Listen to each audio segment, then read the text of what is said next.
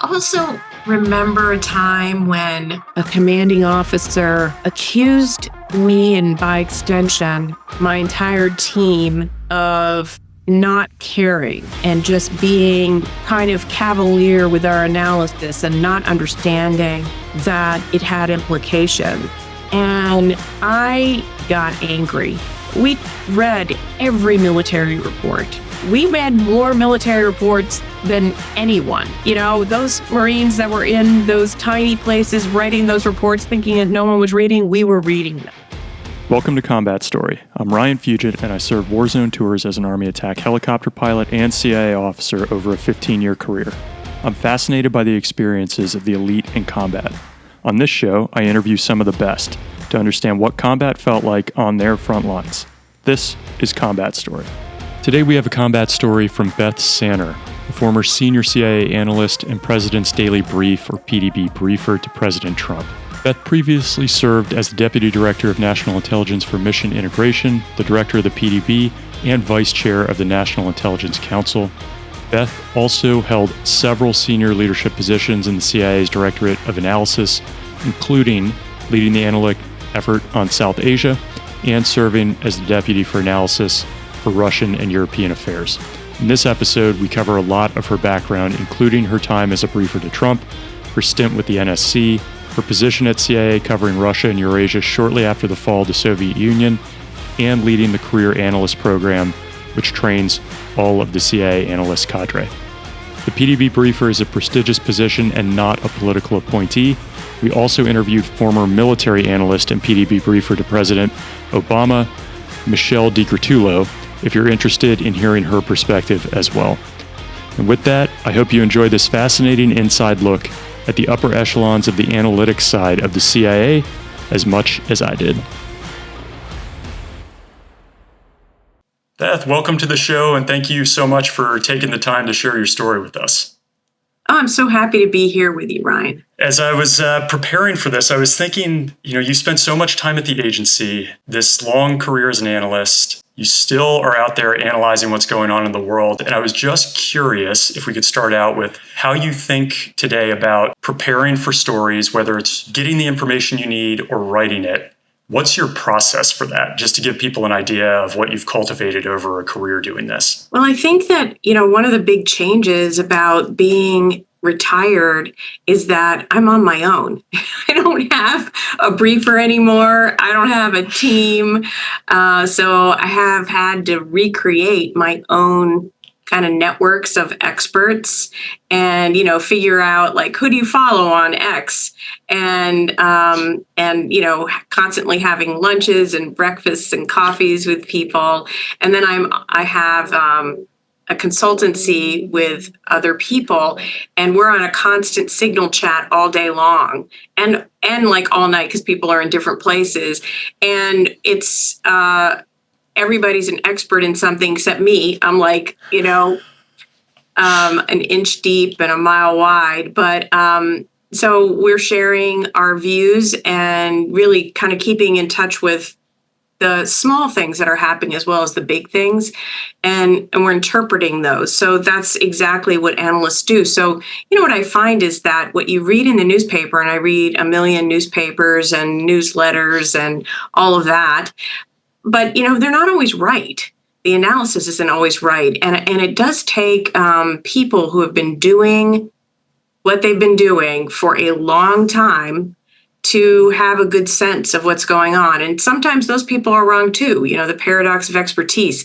But I do think that it's a kind of a combination of taking in a ton of information, synthesizing that, and then really digging down into things that I think are important and having this kind of network of people whom I trust, right? Have good track records.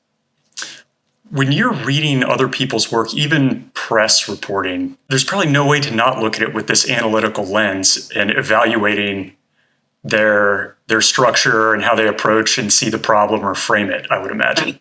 Right. Yeah, I think that one of the things I really notice is the lack of context or context not going broad enough. For example, in the news this week, is this joint bomber run patrol by the Russians and Chinese going into our ADIZ around Alaska, right? And China, it's new, but I heard people on TV saying like, this is the first time that this has ever happened. Well, if you were sitting in Japan, you would know that the Russians and the Chinese have done joint bomber runs. In fact, they've like gone around your island in aircraft, and as well as, in naval operations as well. So this isn't a new thing. It's new where it is. But I haven't seen any article that has really talked about the Japan angle and the fact that this is something that we're really seeing, this jointness between China and Russia as a way of intimidating and also kind of putting a stake down, like, you're in our areas, we're going to encroach on yours too. Mm-hmm. For the consultancy, and we can edit this out, Beth, if you don't want to do this, but do you want to name it by any chance and share kind of what you're focusing on with it? Sure. Yeah. My consultancy that I'm with, I'm the director of geopolitics and strategy for International Capital Strategies. And it's kind of this boutique, small company. And what we do is we have experts who are generally retired, people from around either the government or international financial institutions. And we do a lot with financial and hedge funds and increasingly C-suite and other kind of groups where we're informing about geopolitics, but we have a very heavy finance, econ, business focus. Interesting. And you mentioned you're an inch deep, mile wide. Is there a particular subject matter that you do tend to find more interesting, whether it's from your time at the agency and just growing into that, or that's been with you for a long time? I think that what's important about being a person like me is that you can connect things that cross these kind of geographic or functional areas where people tend to stovepipe. And those deep experts are really important, but you still need people who can see and connect these things and ask questions and probe. That's why, as I mentioned, the story with the joint bomber run, the people who are focused on that are like maybe US security experts don't know about what Russia and China are doing in the Far East. And so that's the kind of thing where I add a lot of value added. And I think that also this is something that, good academic institutions focus on, like Harvard. The motto is that it's about the question you ask, not about the answers. And so I think starting with that right question and being able to frame the question based on all that you know, but also knowing what you don't know, is really the essence of good analysis. I focus on everything. I have like little niche things. I'm like hot and heavy on North Korea. I follow the Philippines and the Second Chamas Shoal and, that World War II landing craft, the Sierra Madre. I am knee deep in that. The Asia Pacific alliances and our alliance structures. But, you can ask me about what I think about Venezuela or what's going on in El Salvador or Mexico at the same time, or Europe. I just attended the NATO forum here, and I was at Aspen Security Forum recently. So I'm like, I think that this is what makes a great analyst. You didn't ask me this, but not that I was great, but I do think that it's about being intellectually curious. And if you are excited about a topic and start talking to me, I'll probably get really involved with you and want to know more. Yeah. Space. I do a lot of things on space. I'm sure now. Yeah. Lots of things, right? Because the world is interesting. Yeah. And so I feel like I have several follow-up questions, but I can't really, I'll come back to some of them, especially that idea of starting with the question. But I think the way you're describing this kind of excitement around different topics, I'm just curious when you picked this up in your life. Like, how far back do you go when you realize this was exciting to you? So my family is from Baltimore, and And we moved across the country when my dad decided that he didn't want to be a minister in a church anymore. Those pesky church ladies, I guess, got a little annoying. And so he became a chaplain. So, most of your listeners, especially the military folks, are really familiar with the role of chaplains, but he did it in a non-military setting when it was a very new thing. And so we ended up in Fargo, North Dakota. But we I grew up in Fargo. And you betcha. And it was a great place to grow up. But my parents really, at the dinner table, we ate together every night and we talked about things. We talked about the world. And maybe that's that kind of East Coast mentality. I don't know. But then I went into debate and speech in like ninth grade. And that was, all of the topics. I did extemporaneous speaking, and they'd give you 3 topics, and they would be a mix of domestic and foreign policy. And then you'd have to come up with, a topic, one of those topics, and talk about it. And debate, the topics changed each year, but I traveled all over the country, and it was just a fantastic experience of learning how to be a good critical thinker.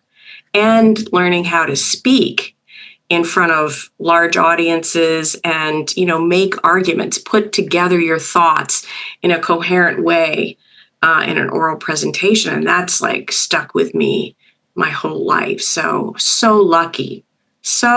I just happened into that.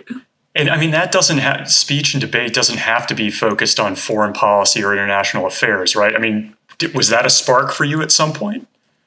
Well, I mean, the speech and debate absolutely did have foreign topics for extemporaneous speaking, especially.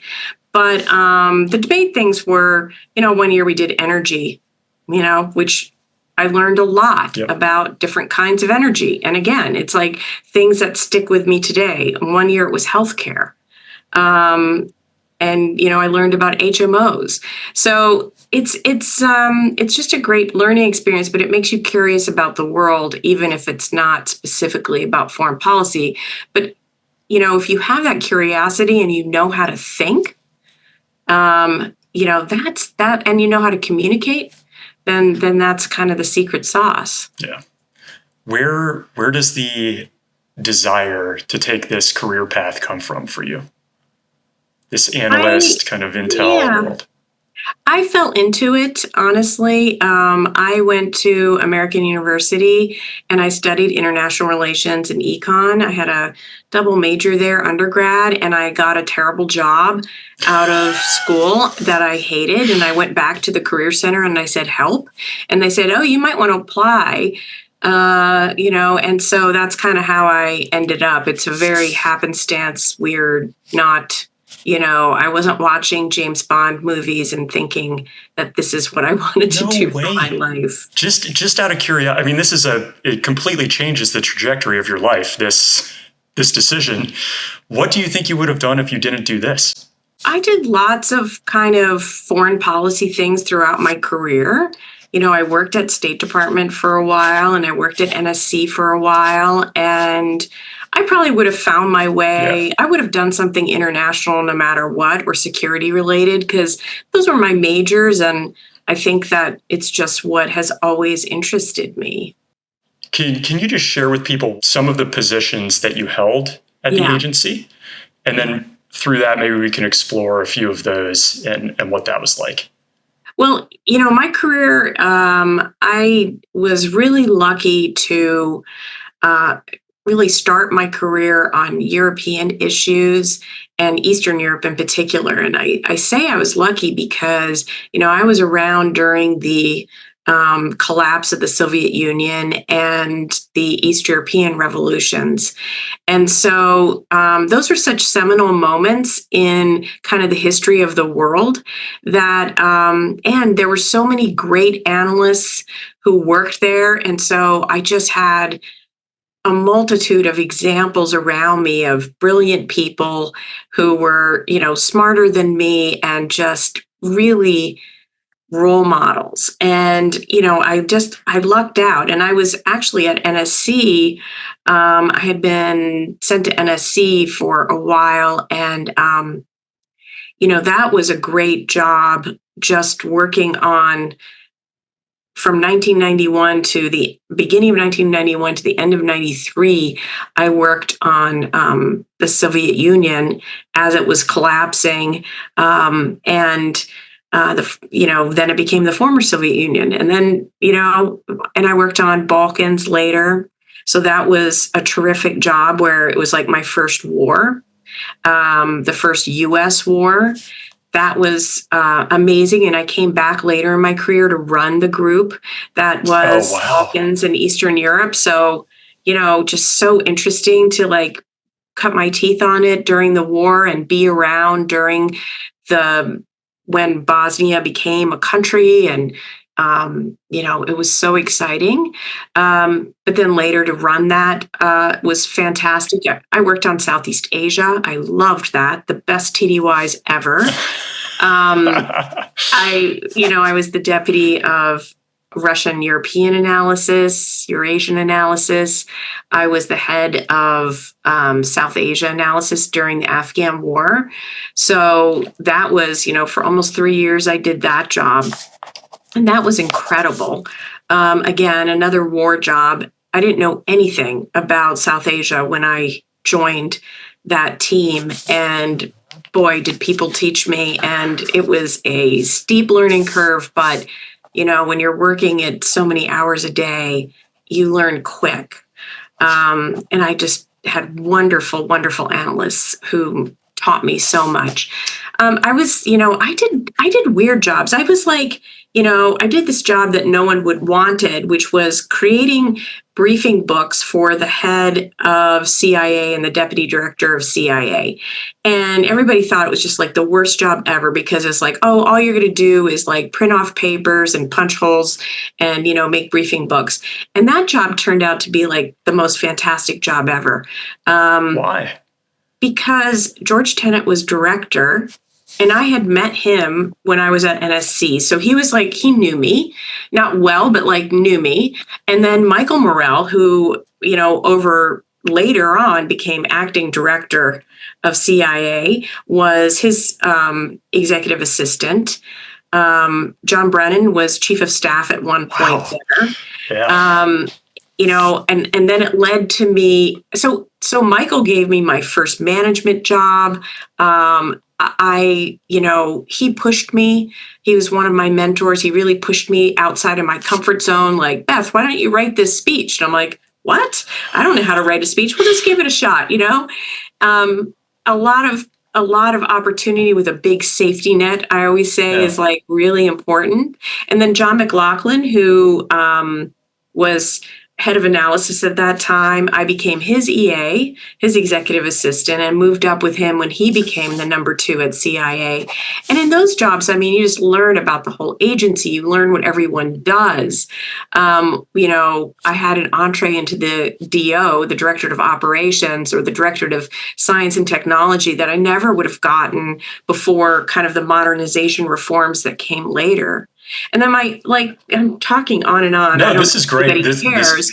But then I went to the National War College. I was really burned out after Afghanistan, and I did a year at National War College. And then what was so great about that was all of the wonderful military people I met. And I just became, some of my best friends today are from that class. And, that's over 10 years ago, and we still keep in touch. That's cool. So it's just that experience, again, was just such a gift for me. And then I came back and I went to the Office of the Director of National Intelligence. And so for people who don't know, that was, the agency that was formed to oversee the entire intelligence community after 9/11, because of the problems with 9/11 that, people were not integrated enough in the intelligence community. So I was vice chair of the National Intelligence Council, which is the internal think tank of the intelligence community. I was head of the PDB, the President's Daily Brief, and then I became deputy director for national intelligence for mission integration. So my whole job there, well, not my whole job, but half of my job there was to find ways to integrate the whole intelligence community across collection, analysis, and programmatics. And then in my spare time, I briefed President Trump. Just a quick word from our sponsor, Delete Me, and we'll get right back to this combat story. Having spent many years in the security space, I'm acutely aware of how much personal information is floating around on the web and what bad actors can do with it, from identity theft to phishing, harassment, doxing, unwanted spam calls, and more. That's why I personally recommend Delete Me. Delete Me finds and removes any personal information you don't want online and makes sure it stays off. Sign up and provide Delete Me with exactly what information you want deleted, and their experts take it from there. I love the regular, personalized privacy reports they send me, showing what info they found, where they found it, and what they removed. Delete Me isn't just a one-time service. Delete Me is always working for you, constantly monitoring and removing the personal information you don't want on the internet. Take control of your data. Keep your private life private by signing up for Delete Me. Now, at a special discount for our listeners, today get 20% off your Delete Me plan by texting COMBAT to 64000. Text COMBAT to 64,000. The only way to get 20% off is to text COMBAT to 64,000. That's COMBAT to 64,000. Disclaimer, message and data rates may apply. See terms for details. And now, back to this combat story. So in your that spare was the time? hardest job I ever had. And it was COVID. And, it was just, I have PTSD from those days. It was so hard. But again, like my team we were just such a great team together. And we managed to keep our heads above water and keep mission focused. And we came out the other end. So, I'm really proud of that group and all we did during that time. It was fantastic. You did not talk too much. I have so many questions on this. I guess one of the things I always find interesting speaking to people, especially in the military, but in just different backgrounds, is when you're new and brought on somewhere, especially as a junior analyst, and you're talking about some of these more formative parts of your career, I would imagine. What is it like when you're the new analyst in the group? How are you received, treated? What are you being asked to do? What is that process like initially? Or how does it feel, I guess? Well, I think all of us can relate. You can relate from moving around the agency into totally different areas. How it goes depends almost completely on how you behave. Right? It's like about your attitude and how you treat other people. There's always a jerk somewhere, right? But honestly, like if you go in and you are not a smarty pants, I think that you are open to learning and you respect the people who are there. Things go really, really well. And that's how you learn fast because you're asking questions and you're respecting people. I find that, there are people today who think that because they wrote a paper in college that they're an expert in a topic. That is definitely a buzzkill for real experts. Yes, to put it lightly, I'm sure. And then maybe just with the NSC, I didn't have the fortune of working there. For people who are listening and have heard about the National Security Council, but it's just this big nebulous idea to them, what is a day like for you at the NSC when you're kind of a secondee, I guess, from the agency? Really, really long first. It was like, that was a tough gig for me. I literally lost friends and relationships during that period because the days are generally, they are 6.5 plus days a week. You work on Saturdays. And if things are busy, you also work on Sundays and you're working, you get in early and you leave really, really late. So it is tough, but your job at the National Security Council is you are the president's foreign policy shop, right? That is the role. You are supposed to translate the president's strategic and sometimes tactical foreign policy and ensure that the rest of the government, the foreign policy agencies or whatever, are executing that policy in a way that the president would want and the National Security Advisor would want. But, the thing about the National Security Council is that it's a council and you don't actually have line control over anybody. So I always say that, your power on the NSC is your ability to cajole and persuade, because you really want to bring the rest of the community on board with these ideas and the plan, the strategy, the policy. You want to bring them along and have them want to do it. And, so it takes, honestly, the best people have some humility, because again, like, you want other people to think that it's their idea. That's, oh my gosh, that's the best idea ever for how to implement this policy, right? And you want people to come up with their own ideas, because again, the way that policy is made and implemented in the US government is complicated. So complicated. And at each agency, the people who are executing are real experts in knowing how to do that. So you've got to respect them and you've got to lean on them, but you have to bring them along. And so I was fortunate. I worked on the first summit with President Yeltsin of Russia for Clinton. Wow.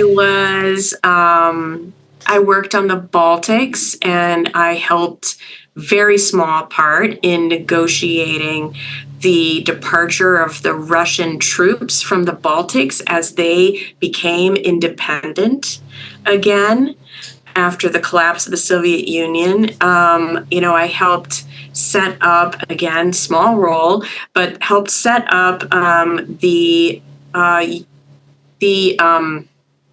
teams out in Eastern Europe that were working as developing micro enterprises, developing the private sector in, the Czech Republic, Poland, Hungary, and those little teams of investors that we found, American investors, to go over and to really help jumpstart their private sectors. I mean, just totally cool stuff. Yeah. Or being the note taker on the phone when, President Bush was talking to Gorbachev and Yeltsin and Margaret Thatcher, during these crises. It's just, again, it's amazing to look back and think that I was actually at these moments in history. And to that point, you mentioned 91 to 93, you're working on the former Soviet Union, so much is changing. Did people feel that at the time as you're working on it, that what a historic moment this was? Was it fairly exciting to be in that role? It did. I mean, you knew you were at a watershed moment. In 89, I was covering Eastern Europe as an analyst. Wow. And, so I was writing PDBs all the time about what was going to happen in the countries I worked on. And then, then to go to NSC, and then we're really in the midst of the collapse of the Soviet Union. I remember one time I was going to work right during the putsch in Moscow, and I was going in. It was 5 a.m. or something, and I parked my car in the garage, and I'm crossing the street to get to the office building, the old executive office building, and a cop stops me because I'm jaywalking at 5 a.m. when there's no one in sight, and threatens to give me a ticket. And I'm like, I'm sorry, there just were riots over in Mount Pleasant overnight. Why are you here? And why are you asking me, threatening me with a ticket? I'm like, there's a revolution going on in Russia. What are you doing? So I definitely knew. And that, I definitely knew that these were historic moments, but I would tell you that I totally forgot that I was a note taker on those calls until I was doing some research for a university class where a friend asked me to talk about my experience over time and like how I experienced Russia, Soviet Union and Russia over the course of my career. And I was like, I went back and I searched in the Bush 41 library, and I just found these transcripts with my name on them. I'm like, oh yeah, I forgot I did that. So if anyone young is listening, you need to write things down. You will not remember even these consequential things. Gosh, I kick myself all the time for not having a journal throughout my time in service. Yeah, and we couldn't have journals because you were worried about them being subpoenaed. Yeah, I bet. Gosh. So you mentioned something about writing PDBs very early in your career. I don't know how this translates from the analyst side, but I distinctly remember the first time I had to fire a missile or the first time I was meeting an asset. But is there a first time like that for an analyst? I got to imagine like the first time your work is going to be briefed in the PDB, it's probably a pretty big deal. Are there other moments like that? And do you remember that kind of one of those firsts?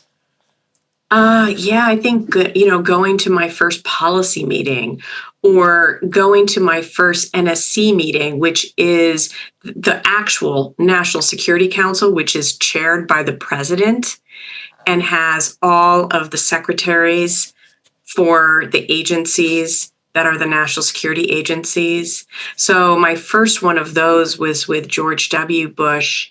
And, so it was Vice President Cheney was there and Condi Rice. And, it was everybody who was anybody. Briefing the National Security Advisor, Brent Scowcroft, who was just a legend. Wow. For the first time. I remember being my first time in the Oval Office with President Clinton and briefing him about a call he was going to have with a foreign leader. And first time on Air Force One. All these things are, I don't think about them. I feel like I'm a really ordinary person. And I don't really, but when you ask me, I just have so much gratitude. Yeah. Oh, that's amazing. I'm trying to figure out where to go next because I feel like there's so much space here to explore. Yeah. But one of the things I'd love to touch on, you mentioned some of the mentorship that you received. You didn't necessarily name, besides Mike Morrell, anybody in particular, and you don't John have McLaughlin. To. Yeah, He's more important than what made them so good for an analyst? Like, how do you grow an analyst like that?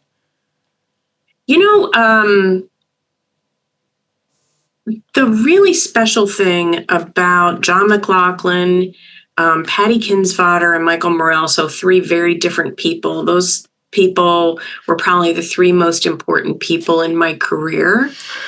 Patty was important in my career because she believed in me and she knew what I needed to do to continue to be a better leader and to grow as a leader. And so she asked me if I would be the head of the new analyst program. And because she wanted me to get programmatic experience, to run a program, to run a budget, to have people, contractors working for me, all these things. And this is training, the new analyst training program. Class. Yeah, course, right? And wow. So, she was just such an important person in helping me get my first management job by practicing doing questions with me. I don't know who Patty is. For the interview. Beth, who's Patty?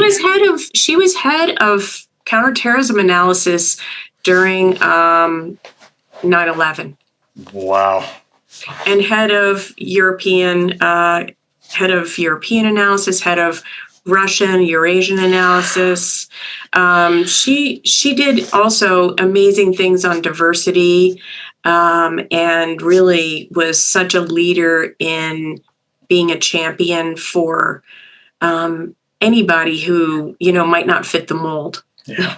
Wow. So she's really cool, and John is just like a humanist.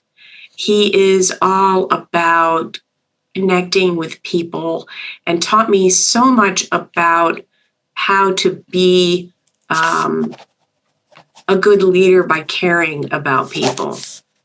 And so very much just the most kind person in the world. When my father died, he wrote me a personal letter. Wow. And talked about how when he lost his mom. And, it's that kind of just personal things that mean so much. And then Michael is like the Uber analyst, and just always the sharpest, most prepared, driven to excellence, and always made me want to be great. Yeah. Like always made me rise to the best of myself in the profession of being an analyst. And he would, I remember one time, like when I was, I guess, head of South Asia, he took me places. He took me to backbench him on the Hill, even though he didn't really need me, but I learned how to do that kind of briefing at the highest level. Not staff, but the highest level, hardest questions. How do you do that? I traveled with him to Afghanistan multiple times, and he would turn the floor over to me, just like he had done earlier in my career. So, again, giving me those experiences, pushing me, but always with that safety net. Love the safety net analogy. It's great. Yeah. If we talk for a second about the analyst training, I feel like, and obviously if we can't get into this, just say so, but I'm just trying to think of like the responsibility placed on someone like yourself to craft the training of the next generation effectively. How did you go about doing that? Were you setting curriculum? Were you implementing somebody else's, or was this you were deciding this? Well, when I got there, John McLaughlin actually started the Kent School, which was the Analytic Training Academy schoolhouse for the Directorate of Analysis. So when I was his executive assistant, he and one of his deputies at the time, Marty Peterson, just a brilliant guy, kind of came up with this idea that we need formal training that goes from the beginning new analyst up through the most advanced and has leadership training and all that stuff. So we didn't really have that very much before. And so by the time I got there, it was just cool for me to be in a role where my mentor had created that. Yeah. So that was cool. But it was a very well-oiled machine. But like anybody who comes in new, there were course directors and instructors, and so there were people who were just fantastic, running these classroom things. We had a big surgeon training at the time, so I had a huge problem with just logistics of getting people through. So there was the programmatics, like how do I plan getting people through? How are we going to grow this program? How are we going to find space? But the big thing I did, and I had a wonderful deputy, Ann Meyer, who came up with from her father was a military man, and she came up with our new slogan about training as we fight. We're going to train like we fight. And that's a familiar thing to people in the military, but it's kind of new to me at the time. And so we were developing a new curriculum about how do we create a threaded story throughout that will culminate in a big thing. So people aren't learning substance, but actually trying to learn all aspects in a very real world kind of way. And then we introduced computers to the classroom. So we had construction and all sorts of stuff that we were doing. We were change agents. That is amazing. Okay. She was amazing. That is so cool. So I want to draw back on something else that you had mentioned, which is note-taking on the phone with these prominent leaders. I think many people listening who aren't part of the Intel community don't even know that this happens. They probably just assume there's a phone call between two leaders, nobody's listening. Can you just give people an idea of the pressure and what you're trying to accomplish as that note taker on a call like that. Yeah, there's not like a recording thing where you can back up like people do with podcasts. Like I'm walking along and I'm listening to a podcast. I'm like, oh, I didn't really catch that. I back up, listen again, right? No backup, total like terrifying pressure to get it right. I mean, one thing that I learned in speech and debate was to take notes and thinking as people were talking. And so I had my own system of kind of doing that. But, you were kind of praying the whole time. It was scary. And then you turned it into a memo and it went into the record. Yeah. So this is what goes out to everybody afterwards. So right. if you don't document it. Yes. And you can search on any presidential library and you will find telcons, which is telephone conversation. And they're kind of fascinating to look at. Most of the libraries have these posted. They might be redacted in places, but they're fascinating. And you can see at the top, it's like usually they're like maybe 4 people on the phone or 5, like, the president, the national security advisor, maybe an NSC person who focuses on that more deeply, but often, so a senior director, the interpreters, the person on the other end of the phone, and then the note taker, that's it. So it's like there's and people are really junior. I was really junior when I did that. I was not an important person. Wow. And then you also mentioned, we'll get to the PDB side because I'd love to hear more about that. The Air Force One angle. So I've never been on. What is the most fun part of flying or just going aboard? Can you give us some context? Calling your mother. Yes, the most exciting thing is calling your mother from Air Force One. Everybody does it. Is it like a fixed line that they give you? You're sharing? I think there was a phone in almost every seat, or maybe you had to go to a special seat. I can't really remember, but it's been modernized since then. But anyway, so you just pick up the phone and then the White House operator, whizzer, the sit room and all like the operators, Waka, I guess is the name of the communications people. I shouldn't have said whizzer, Waka. The operator, who's a military person, answers the phone and asks you for the number that you want to be connected to, and then they connect you. And if there are too many people, they'll tell you like, no, we can't do it right now or whatever. But they expect everybody at the beginning of the flight to be calling. Yeah. Is the food good on that? Yeah, it's like any military flight, but, kind of the upgraded general's version of the food instead of the, the C-17s that some of us have been on where, you're in the back with the hammocks and the not so good. But I think the military folks on any plane try really hard and do a great job with whatever they can. Yeah. But sometimes they get better ingredients than others. That's a very diplomatic way of saying. I like that. If you can, you mentioned that for the PDB that it was a part-time job, which really surprised me. And maybe to start, could you walk us through how do you get selected to be a briefer at that level? Do you remember that discussion? Who is it that talks to you about it? Do you have to apply? What was that experience? Well, it's so different under each president. So when you listen to the previous podcast about, one of Obama's briefers, just so different because each president has such a different experience with the PDB. Most presidents, not all of them, maybe I can't say most, but a lot of them have not taken in-person briefings. President Clinton rarely, if ever, saw his briefer, right? President Obama read his briefing before in the book in the morning at breakfast, and then would have his session where, as she described it, you would just come in and give kind of some highlights. And you weren't in there for very long, and then you left, and there was a policy discussion. For the most part, that's how that worked. President Trump did not read the PDB,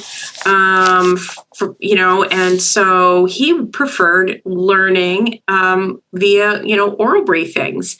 And a lot of people criticize that, but I would say, like, first, that's not very different than a lot of people.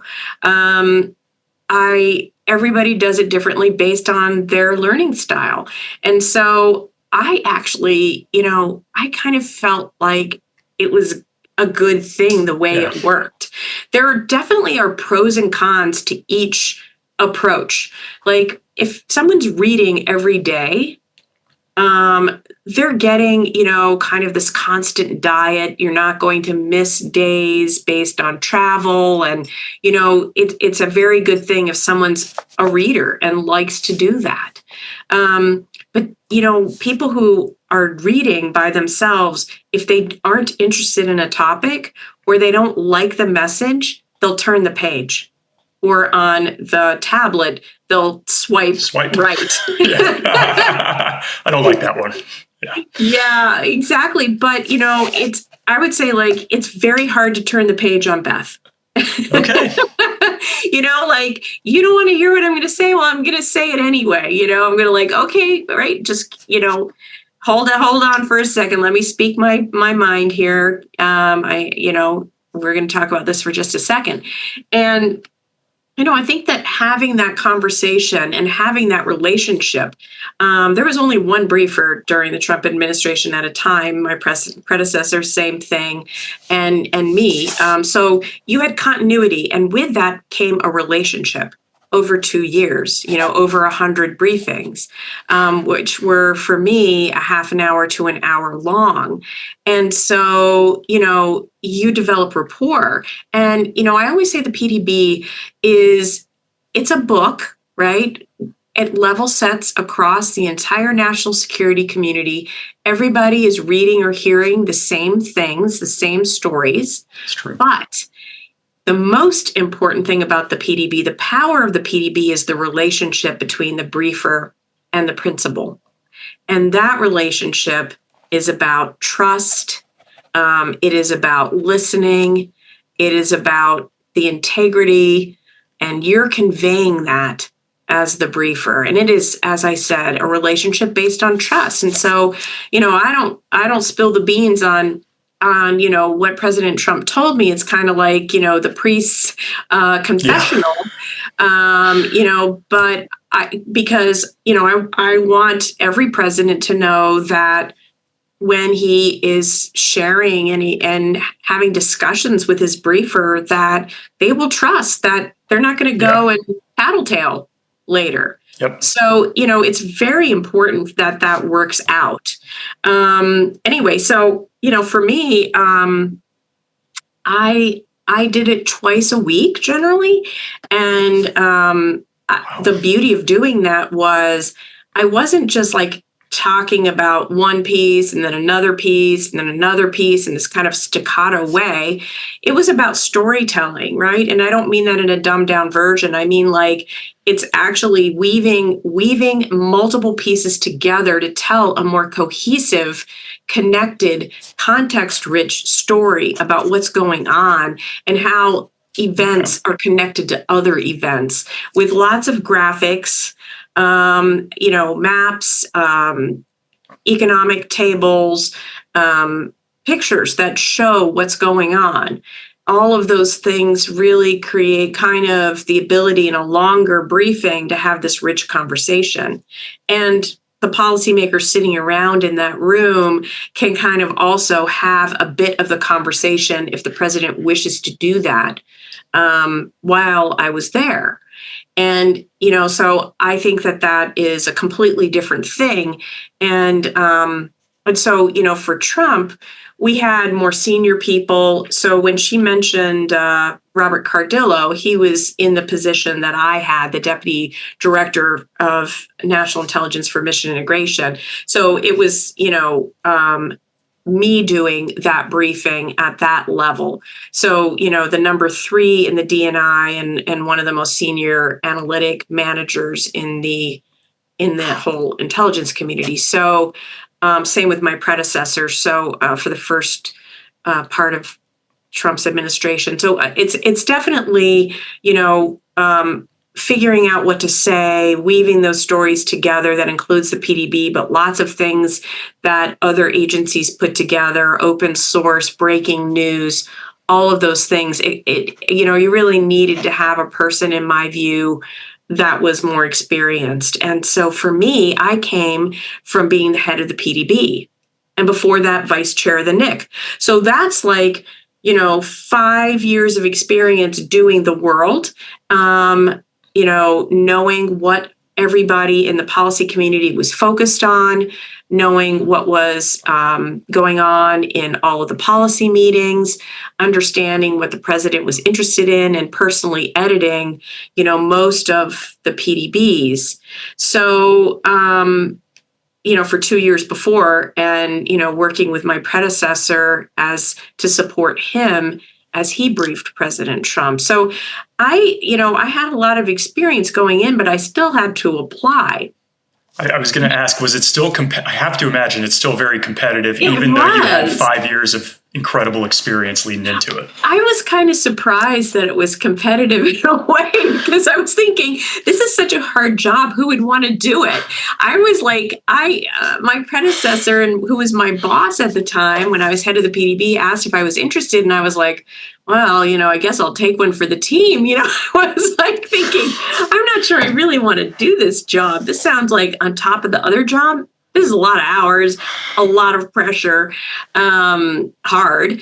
But I decided I would throw my hat in the ring, and then other people decided they wanted to apply. So I did this I did an interview with Senator Coates, Director Coates, one of the most wonderful people in the world, such a great guy, and Sue Gordon, who was the principal deputy, and also just a fantastic mentor of mine. And so this briefing was, the first part of it was questions, and then the second part of it was a role play. Because we do that for the PDB today. When we hire briefers for anything, they have to actually give a mock briefing, and based on materials that we give them. Well, they did the same thing for me. So I had to do exactly what I had, run all these people through the gauntlet. I had to experience that myself. And it was pretty daunting. And Senator Coates played President Trump. And with the voice and everything, kind of to the T. He was trying to throw me off my stride, and ask me if I wanted a Diet Coke, and it was so fun and funny. It was hard not to laugh out loud during it, but I kept my straight face, and they gave me the honor of hiring me for that position. So, and it was a real privilege to be the president's briefer. It doesn't matter, whether you like the president or don't like the president, or are very apolitical like I am. It is the role, and we haven't really talked about this, Ryan, but this is all about a mission of service. Yeah. And just like the military, I feel that this is why the intelligence community and the military, why we're so close, is because we think about our duties in the same way. And we respect the position of the president, and we strive to serve the person in that position to help them do their jobs the best that they can in the most informed way, regardless of whether we agree with the policy or don't, because it's not our job to choose. It's the American people's job to choose. How did you go about, and this could apply to any principal, but just being in the Oval Office with the president, how do you go about building trust with him, I guess, in that case? Like, how did you develop that over time? Well, I think that, I like to say you have to listen to be heard. And I think that, I was willing to admit I was wrong. I did that very early on, just as a matter of something happened and he asked a question. I thought it was something, like, I'm not sure about that, but he was right and I was wrong about it. And I came back the next time and I told him that he was right and I was wrong. And I think that those kinds of things, like having the humility, listening, recognizing when people ask good questions, even if it's a question you don't, expect, and being thoughtful about that and taking everything seriously. And so I think President Trump knew that I was trying to help him as the president of the United States and help him be well informed about, what he wanted to do. And, that didn't mean I said I was nodding my head with everything he said. I would tell him when I thought that, that fact wasn't correct, or, that I disagreed with that framing, and did it, in my own way, in my own very authentic way. And I think that being a normal person, I think being a normal person in front of the president is actually a bit refreshing to, I think that really helped. Yeah. I was just like, the kid from North Dakota trying to do a good job. Yeah. Was there one pastor's day? Kid. At that. Was there a particular day there that was harder than others for you? Just whether it was traveling, something that news cycle spinning out of control. I mean, every day seems like it would be out of control. But was there one day that was harder than any other for you in there? Yeah, but I won't talk about it. I had one of those very bad, horrible, terrible days, But, I think that happens to everybody on every job. And the real key is to be resilient, right? To try to remember what your mission is. But that didn't mean I sometimes was immune to, I'm using double negatives, but I was not immune to, at times knowing that it was very, very hard and struggling with that. Yeah. And I think that I'm not at this point in my life afraid to admit that. I think it's really important for people to know that, you can be in a really important job and thought of as a very, very competent person, but still have struggles.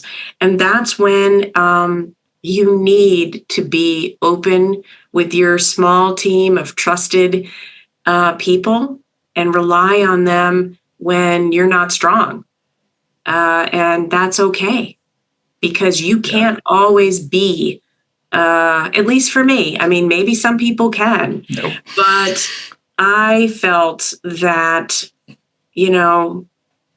it was important for me to admit I was human, and not try to hold it all in. Yeah, I always ask people, especially in the military, kind of one of their hardest days. And the description is often what you just described, like the humility to admit that you need help. It's very challenging. Circumstances aside, just how you get through that with the team. I think the other day for me, Ryan, that, in that job, it was during COVID and, having to really push people to think long term about how we didn't lose all of our female moms, or male moms, our parents, our dads who felt a lot of pressure at home. It was incredible to bring the workforce along and work through policies and try to find ways to help people within the bounds of what we could do, and pushing the system to bend when it didn't want to, pushing the lawyers to bend when they didn't want to.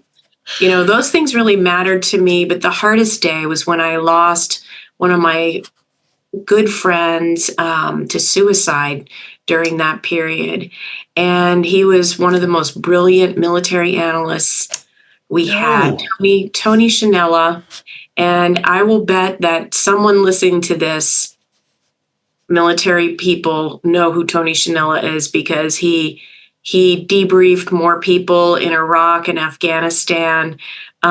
He was brilliant and funny and quirky and crazy. And, and we lost him. And I still think about him all the time.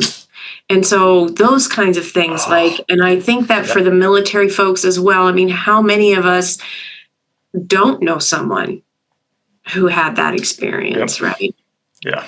And it's heartbreaking. It's heartbreaking. And, you wish you could turn back the clock and, like maybe if I'd had a conversation with him on this or that, right? We all want to replay history, but all we can do is embrace the families and the people who survive and do our best in the future with everybody. And then that's about, again, being human and kind. That's more important than getting something done on time.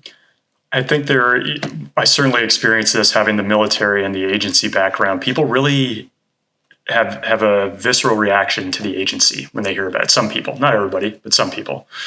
I was on the receiving end of that as the head of Afghanistan, Pakistan, and South Asia analysis at the height of the war, during the surge and all of that. Yes, many come to Jesus talks with generals. And I think people don't realize the amount of pressure, sacrifice, and commitment that comes from people at the agency. They see it on the military side, like the deployments, but we're so secretive on the agency side. I try to explain to them, I know people who have been stabbed and shot at and all these same things, and they're on their own for years without their family.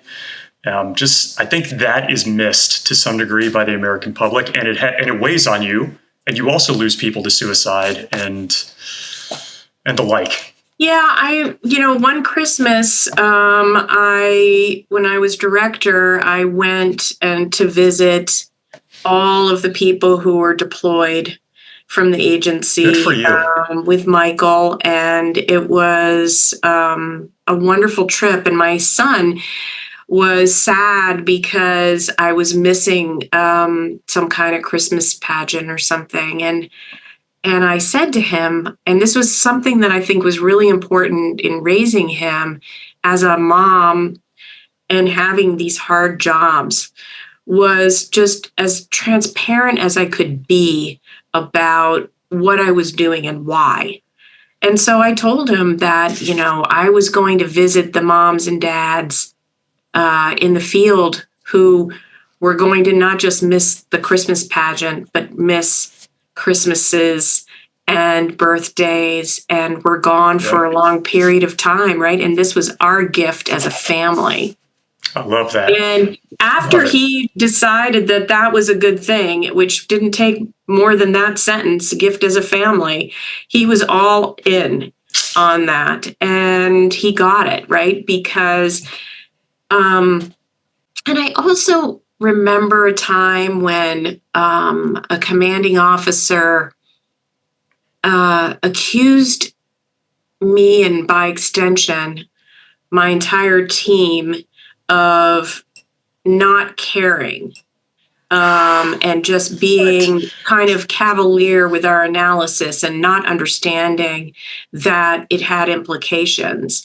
And I got angry and really shot back at him that, I know you're calling the parents of the fallen, but everyone on my team writes analysis with the American troops on the ground in mind. Of course. And all of them had done rotations and been there and met people and felt that, even the bad news was meant not to make people's jobs harder, but to help. And it doesn't feel like that when you're on the receiving end. And I get it. I totally get that.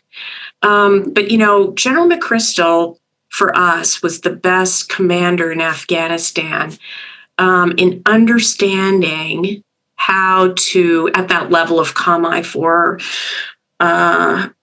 he was the best in understanding that what we were doing was important and they needed to plan and incorporate what we were saying to be better prepared and to understand what was going on. And, and if people disagreed with it, that's fine. We were open to that. No one owns the truth. It's about assessment. And we read every military report. We read more military reports than anyone. We read everyone. Certain of it. Yeah. Those Marines that were in those tiny places writing those reports, thinking that no one was reading, we were reading them.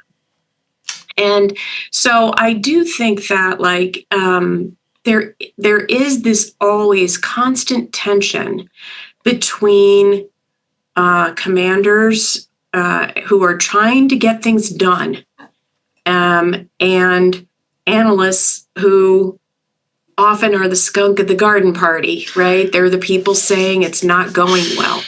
And that is hard. And I think the only thing you can do is be honest about that tension, not be jerks and arrogant about it, but say yeah, we're sorry, but this is what we see. Yeah.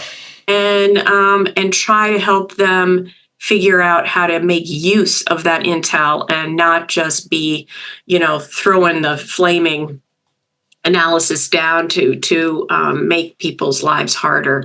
Webut it takes two to tango. Yep. And some of those commanders who were under a lot of pressure did not appreciate us and we're not very professional about it. And I know who they are. Yeah, I know you. And I don't forget. I will say probably the only person who has it worse than an intel analyst in a military context is the weatherman who is grounding operations. I always felt bad for him. Right. I'll get you out of here soon, Beth, I promise. Just a couple more questions here and fairly short. But I had never heard this comment that no one owns the truth before. Is this something original that you came up with, or have you read this somewhere? I don't know, but it's very important to me. And I've said it over many years that that's a really important concept. I've written a piece. If you Google my name and Truth to Power, you can find a piece that I wrote I think I published it in the Cipher Brief, which is one of my favorite things for the military intel community. I really encourage people to subscribe to that. Agreed. Because it's phenomenal. Agreed. Suzanne Kelly and Brad Christian, just great team. I met with Suzanne about 3 weeks ago. Yes. Oh, they're so great. Anyway, so I wrote this piece about truth to power, and it's people don't like it. A lot of people don't like it because I basically say, I know that that's the CIA mantra, but we shouldn't teach people to say that anymore. We should stop saying that because, well, you can read the whole thing. I give multiple reasons, but basically, if you think that you are telling the truth, it's not truth. Some of it's fact, but much of what we do is in the gray. Most of what we do is in the gray and assessment. So I'm not saying we shouldn't stick to facts and be clear about facts, but we should also be clear when we have assessments. And we don't, those assessments can be wrong. We have to have humility about that because we have been wrong, right? But also it's the mentality of the analyst that if you think that you are telling the truth, you are not listening. And you are stuck on your analytic line, and you're going to miss evidence and information that may tell you that something's changing. You might be right, but you might not be right forever. Yeah. So it's really important, I think, this idea that open-mindedness and critical thinking and humility, but that doesn't mean you hold back, right? You're forthright and confident, but clear. We've talked about some heavy topics. I have to imagine there's a lot of levity that comes in when you're in these intense moments. Are there one or two moments you think back on that were just a lot of fun for you personally throughout your career that you still reflect on? John McLaughlin not only was, deputy director of CIA, but also acting director of CIA.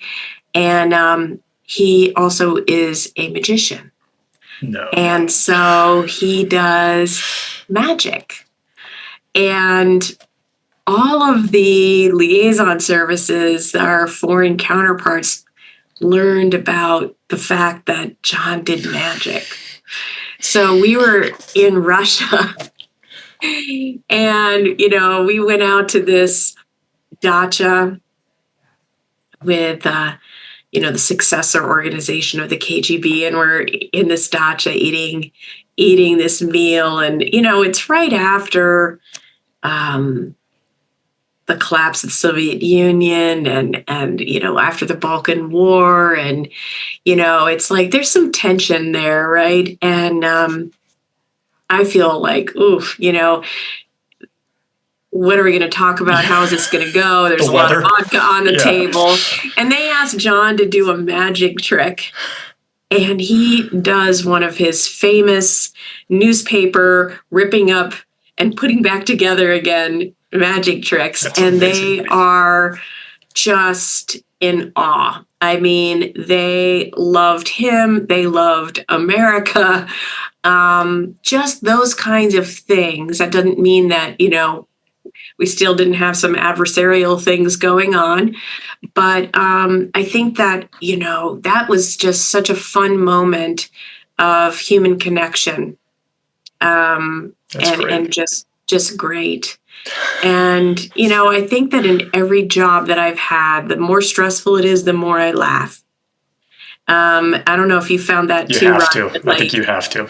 When you're in a war zone or you're in, what feels like a war zone here in DC, you have to laugh. And if you're too serious, you're going to, drop dead or develop an ulcer, or maybe you'll do that anyway. But I think that, I laugh all the time. And I enjoy being around people who are super funny and make me laugh. Love it. And, President Trump made me laugh. All right. He's very funny. Is he? Okay. Yes. Perfect. Well, geez, thank you so much for the time, Beth. I know you said it's ordinary, but I don't think Patty or John or Mike or these other folks would have said your career was ordinary by any means. Where can people find you online if they would like to? I am on LinkedIn and I, post pretty regularly, and I post some of my podcasts. I'll post this one and panels and speeches and things that I give. So if people want to know and follow what I'm thinking about, you can find me on LinkedIn. Perfect.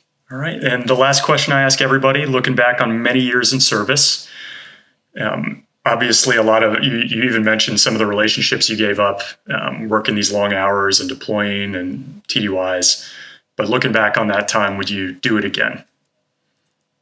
Yeah, I would. I think I had just such an amazing time, over in national security and, over 35 years. And so many different jobs and challenges. I think this is one of the wonderful things about being in the government, being in intel or military, is that you have an opportunity to reinvent yourself and your expertise over and over again. And I mean, I really didn't have a day where I was bored. That's great. And so that is, I think, just an amazing happenstance. I mean, serendipity, baby. It was great. It makes me miss that world. Well, thank you so much, Beth, for the time. This was great. I really appreciate it. Thanks so much, Ryan. Have a great day. I hope you enjoyed that combat story with Beth.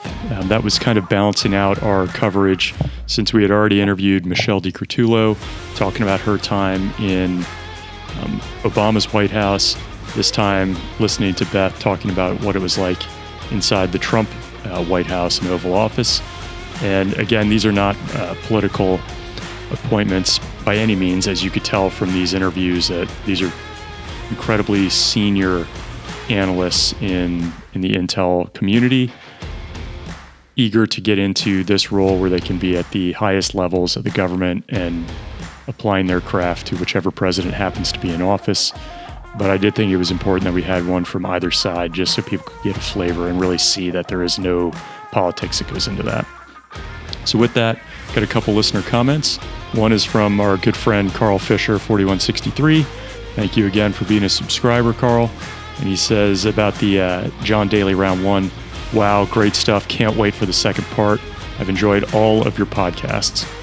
And then we also got a 5-star review on Apple Podcasts from LPR8501. Says, I obsessively listen to podcasts and books about modern day war history, and this is one of the best weekly podcasts out there and one I listen to immediately when episodes come out since episode 1.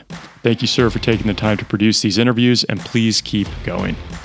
And then we had another good one from Goodwin Sooners 3520 on the Raj Shah interview, and he says, man, your video drops are why I love Saturday mornings. Keep up the great guests.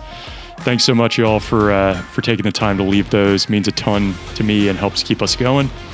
And as always, wherever you're at in the world, weekday, weekend, hope you have a great rest of your day. And as always, stay safe.